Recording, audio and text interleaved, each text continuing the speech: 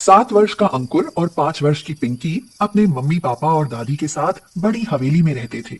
उनके पापा शहर के बड़े उद्योगपति थे। बहुत खुशहाल परिवार था उनका। मम्मी पापा और दादी दोनों बच्चों पर जान छिड़कते थे। एक रात वे पांचों अपनी कार से किसी रिश्तेदार के घर शादी समारोह से अपने घर को लौट रहे थे।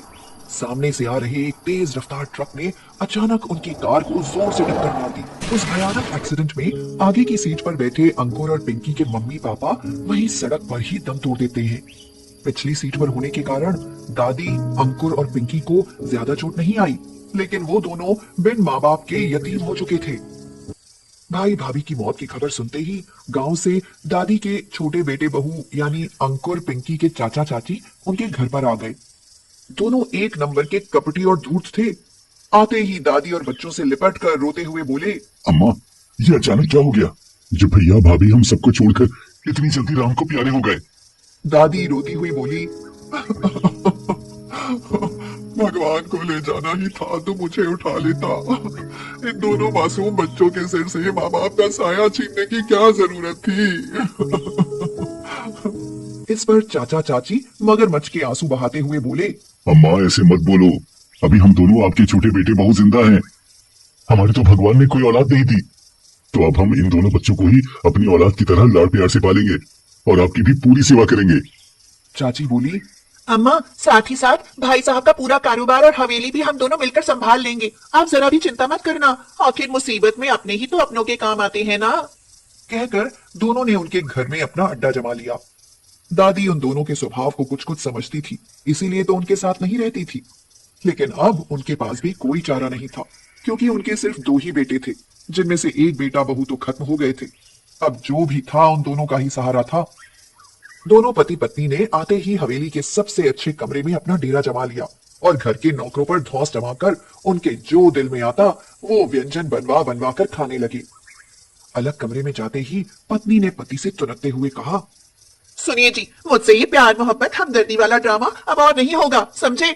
जल्द से जल्द बुढ़िया से मस्का पॉलिश करके सारी प्रॉपर्टी हथिया लो तो पीछा छूटे इन जंजालों से। हाँ। चाचा बोला, अरे भाग्यवान, आहिस्ता बोलो, यहाँ दीवारों के भी कान होते हैं। थोड़े दिन अपनी एक्टिंग जारी रहने दो, समझी। फिर दोनों कपटी पति पत्नी नई नई योजनाएं बनाने लगे सारी प्रॉपर्टी हथियाने के लिए। और एक दिन कंपनी के कागजात पर अंगूठा लगाने को कहकर दादी के छोटे बेटे ने सारी प्रॉपर्टी अपने और अपनी पत्नी के नाम पर करवा के सब कुछ हड़प लिया। प्रॉपर्टी हाथ में आते ही पति पत्नी ने अपने असली रंग दिखाने शुरू कर दिए। उन्होंने सारे नौकरों को छुट्टी दे दी और दोनों बच्चों का स्कूल छुड़वा कर अब वो दादी और नन्हे मासूम अंकुर पिंकी से सारे घर के काम करवाते और फिर उन्हें मारपीट भी करते। दादी उनसे कहती, देखो, तुम दोनों जो भी बुरा करना चाहते हो मेरे साथ करो। गलती मैंने की है तुम दोनों आस्तीन के सांपों पर भरोसा करके। इसकी सजा इन दोनों नन्हे मासूमों को तो मत दो। इस पर चाची ने पलटकर दादी को जोरदार थप्पड़ जड़ दिया और बोली, बुढ़िया, इन सपोलों की बड़ी हिमायती बनती है, कभी इतनी हिमायत हमारे साथ भी दिखाई होती। इस पर बिगड़ते हुए चाचा बोला, अरे नहीं नहीं, अम्मा का तो बस एक ही बेटा था, इन सपोलों का बाप। हमारी अहमियत तो कभी इनकी नजर में थी ही नहीं। चाची तुनक कर बोली, हाँ, इसीलिए अपनी करनी का किया भुगतेंगे अब ये तीनों। हाँ, चल बुढ़िया, जल्दी जल्दी हाथ चला, वरना खाने भी नहीं दूंगी तीनों को। हाँ। इस तरह हर रोज उन तीनों को छलते रहे दोनों पति पत्नी। बच्चे अपने माँ बाप को याद करके और अम्मा अपने बड़े बेटे बहू को याद कर चुप चुप के रोया करते। कई महीने इसी तरह चलता रहा और एक दिन दादी के हाथ पैर में कोढ़ निकल आया तो उनके बेटे बहू ने दादी को तहखाने में बंद कर दिया और भूखी प्यासी मरने को छोड़ दिया और बच्चों से सारा काम करवाने लगे। जुल्म सितम से तंग आकर दोनों बच्चों ने एक रात मौका देखकर चुपचाप तहखाने में जाकर दादी को कमरे से बाहर ले आए और तीनों उस हवेली से रातों रात भाग निकले। तीनों रात के अंधेरे में भागते भागते शहर से दूर सुबह तक किसी गांव के पास वाले सुनसान जंगल में पहुंच गए। उस जंगल में कहां जाएं, उन्हें कोई रास्ता नहीं सूझ रहा था। तीनों बहुत थक गए थे और दादी का प्यास से गला सूख रहा था। दादी तो वहीं लेट गई तो अंकुर और पिंकी पानी की तलाश में यहां वहां भटकने लगे। तभी पिंकी की नजर एक पुराने से कुएं पर पड़ी। दोनों दौड़कर कुएं के पास पहुंचे तो कुएं के बाहर उन्हें एक सुनहरी मछली पानी के लिए तड़पती नजर आई। अंकुर और पिंकी ने उस मछली को उठाकर कुएं के पानी में डाल दिया। तभी एक चमत्कार हुआ और उस कुएं से एक बहुत सुंदर परी बाहर निकली। उसने बच्चों से कहा, शुक्रिया बच्चों, तुम दोनों की वजह से मुझे मेरा रूप वापस मिला। मैं पाताल परी हूँ। बहुत वर्ष पहले मैंने यहीं पर तपस्या करने वाले एक ऋषि मुनि जी पर इस कुएं का जल छिड़क कर उनकी तपस्या भंग कर दी थी, जिस वजह से उन्होंने मुझे श्राप देकर मछली बना दिया।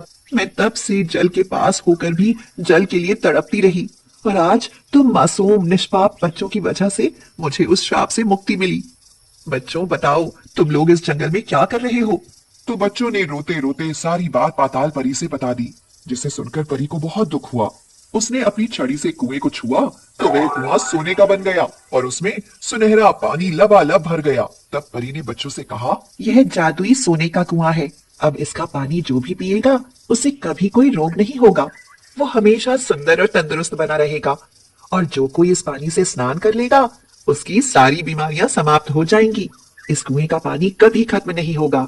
फिर परी ने बच्चों को एक जादुई छड़ी देते हुए कहा, इससे जो भी मांगोगे यह तुमको देगी और तुम तीनों की हर दम रक्षा करेगी। और अगर इसे कोई चुराने की कोशिश करेगा तो यह उसकी मरम्मत भी करेगी। फिर परी ने अपने जादू से उन तीनों के लिए एक बहुत सुंदर सा घर बनाया। ऐसा कर कर परी वहां से अदृश्य हो गई। अंकुर और पिंकी फटाफट कुएं का पानी अंजलि में लेकर दादी के पास आए और दादी को थोड़ा पानी पिलाया। दादी तो फटाफट उठ बैठी। फिर दादी को कुएं के पास ले जाकर पानी उनके ऊपर छिड़का तो चमत्कार हो गया।